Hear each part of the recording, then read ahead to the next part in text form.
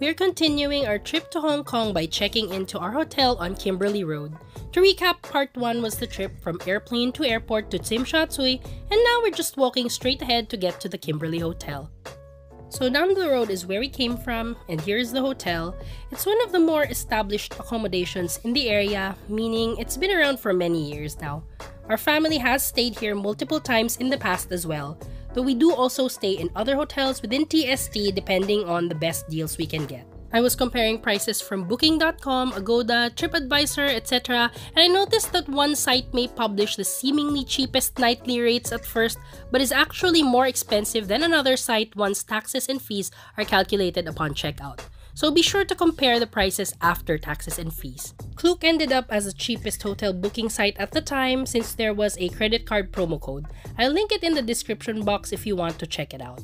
And this is the area surrounding the hotel. There's a 7-Eleven and several eateries right across the street. Mira Place across the Mira is already a full-on mall, and on the opposite side is a gastropub and a welcome supermarket. Kimberley Hotel is a 4-star establishment in terms of its central location, accommodation size, property upkeep, service, and amenities. So now let's take the tour. There's a pharmacy beside it. And here,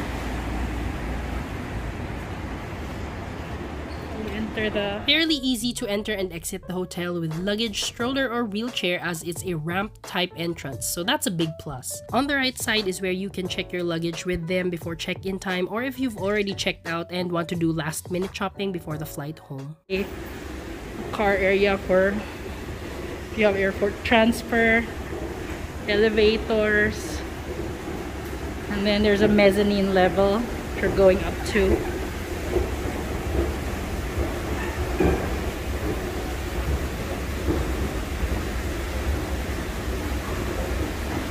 There's some shops here. There's a liquor store here. And then elevators. I think that's the function room over there. And then here it's a hot pot restaurant on the right. And there's a little bit of there's a koi pond here. Fish over there on that side, so fountain. And then up there is the lobby where you get to check in. So I'm just gonna take you there real quick. Escalator here.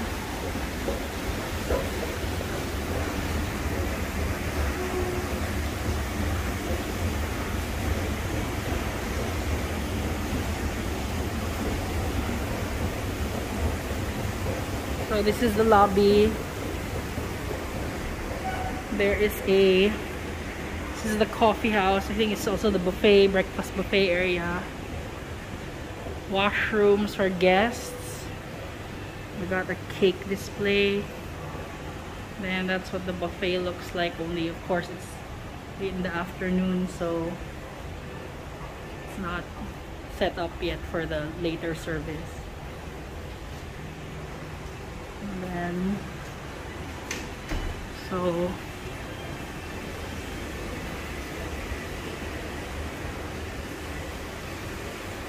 another function room to the right, Cambridge room over there, I think. And then elevators, business center here at the end. And this one used to be connected to the coffee house. Back then, we used to have, this is the seating area for breakfast buffet. So that's connected to the coffee house. And you get your food from the coffee house and then you go and sit here. But I think they're not using that at the moment. So, and you enter the elevators and up to the rooms. So with the elevators, there's a trick there. Some elevators only service up until mezzanine, or the other 2 elevators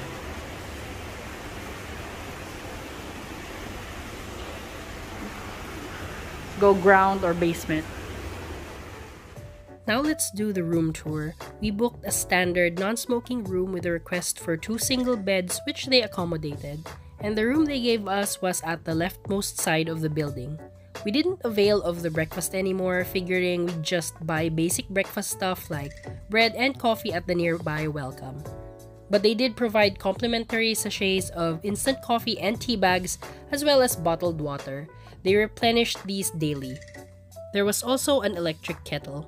Just a reminder that this hotel has G-type plugs, so you'll need a travel adapter. But if you forget to bring some, a lot of pharmacies and small shops sell them inexpensively. Here you will find a small safe as well as the mini fridge. The refrigerator doesn't contain any snacks or drinks, and there's also no icebox.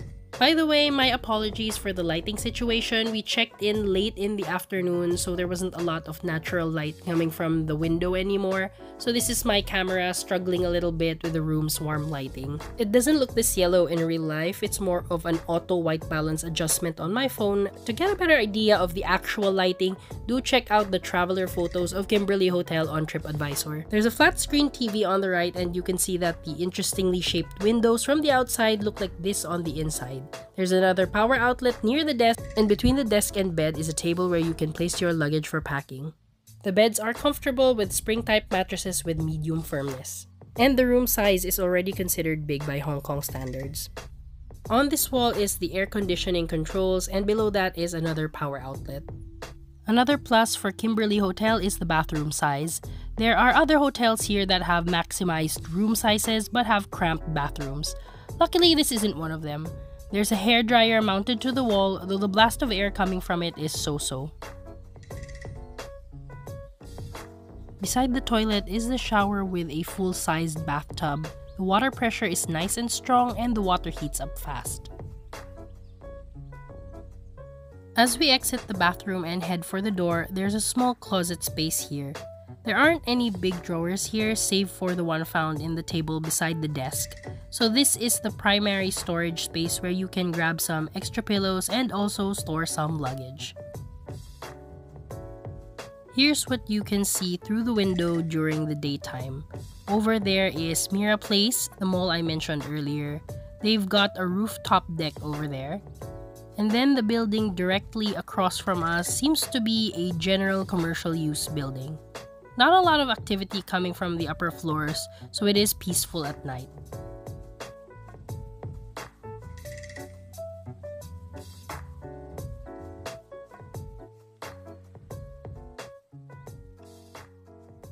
And now you can see the room next to ours.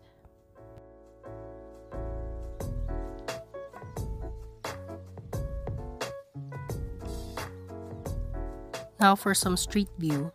At night, this is a pretty lively street, especially on the weekends where people are lining up for taxis from their nights out, even at around 2 in the morning. It feels safe in the sense that the area is well lit and there's still some activity going on even in the wee hours, but from the 14th floor it wasn't too noisy. Subscribe to this channel so you won't miss the next part.